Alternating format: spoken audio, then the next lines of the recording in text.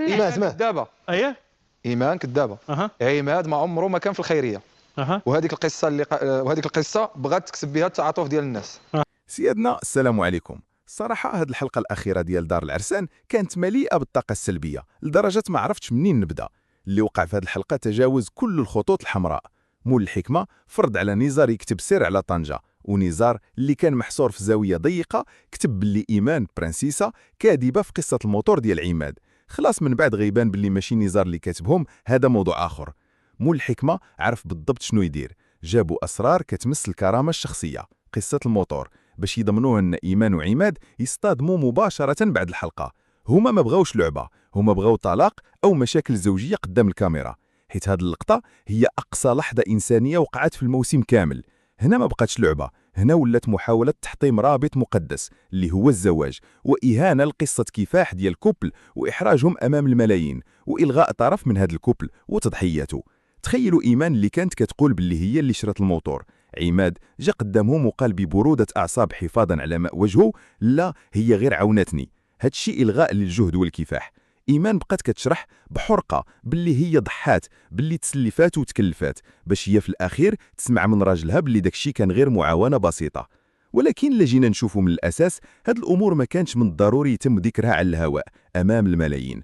واش لالا العروسة جايبه لي كوبل باش يتعرفوا أكثر على بعضهم، ولا باش تصيفطهم لدار القاضي وتفرتكل لهم الشمل؟ لأن دار العرسان رجعت نقيض ديال لالا العروسة اللي من المفروض يكونوا نفس الحاجة، أو دار العرسان امتداد لالا العروسة.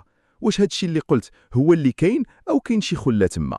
دابا نرجعوا لموضوعنا، غنتكلموا على عماد في الأول اللي هو نصف المشكل في توتر علاقته الزوجية، وموراه غندوزوا لواحد الميساج قاصح الإيمان، حيت هي كتمثل نصف المشكل الآخر. تبعوا معايا دابا دقة دقة، حيت هادشي غينفع بزاف منكم.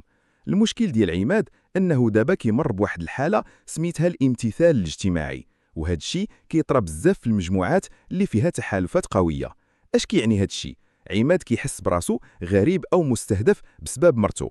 في نظر المتسابقين الاخرين المانيا، تاونانت، تارودانت، كازا، ايمان هي المشكله.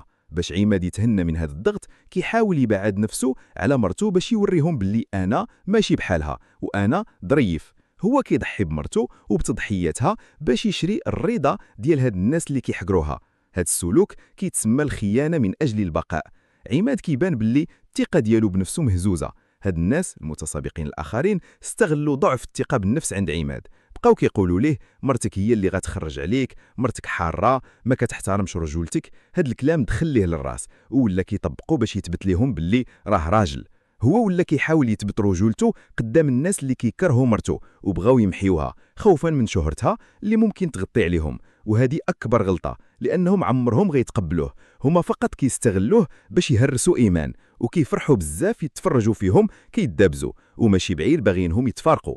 وهذا الشيء اللي كان كيسعى ليه ممثل ألمانيا فاش تكلم مع عماد في الغرفة المعزولة، وعاود ليه قصة الحب والغرام ديالو ديال 7 سنين، ومن بعد تفارق معها، بمعنى كان كيقنعوا بالفكرة غير بالمهل.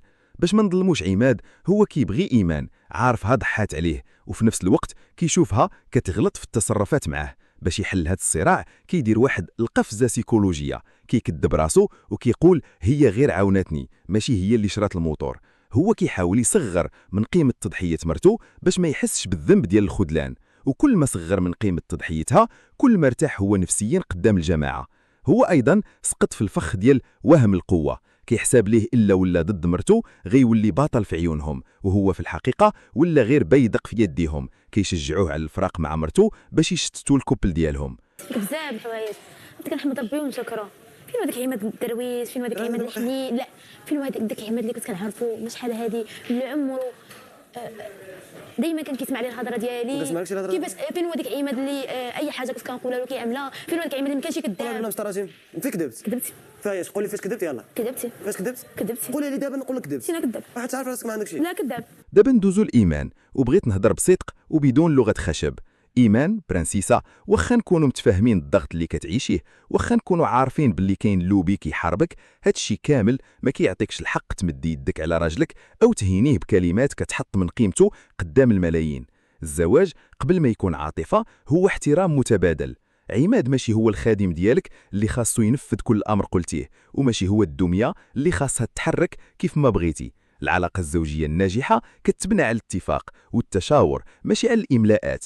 ملي كتحولي راجلك لشخص خاصو يدير غير اللي بغيتي، انت هنا ما كتمارسيش الحق، انت كتمارسي نوع من التسلط اللي كيهرس هيبة الراجل وكيدمر العلاقة من الداخل. العنف اللفظي والجسدي هو فشل ديال الشخص اللي كيمارسو ماشي قوة. إيمان، خاصك تفهمي باللي ملي كتهيني راجلك انت كتهيني راسك قبل منه، وكتعطي لأعدائك حجة باش يهاجموك وباش يقولوا باللي انت اللي غلطة. راجلك ماشي عدوك، هو السند الوحيد في هذه الغابة، فإذا خسرتيه بالعنف والتعالي ما تلومي من بعد غير راسك. وباقي الحال وعندكم الوقت فين تخدموا على علاقتكم، وهذه التجربة إيجابية ماشي سلبية بالنسبة لكم، لأنها عرات على السوسة اللي كتنخر أسس العلاقة، وبالتالي غتعرفوا تصلحوا اللي خاصو يتصلح. كنتمنى لكم التوفيق. حبابي، وصلنا لنهاية هذا الفيديو. إلا كانت شي نقطة بغيتوني نتكلم عليها خليوها لي في التعليقات. دابا سؤالي لكم، إلا طلبت منكم تخليوا رسالة في التعليقات لإيمان وعماد باش يصلحوا علاقتهم ويبنيوها على الصح، شنو غتكون رسالتكم؟ إلا أعجبكم الفيديو ضغطوا على زر إعجاب، ديرونا أبوني وعاونونا بالبارتاج باش تكبر العائلة.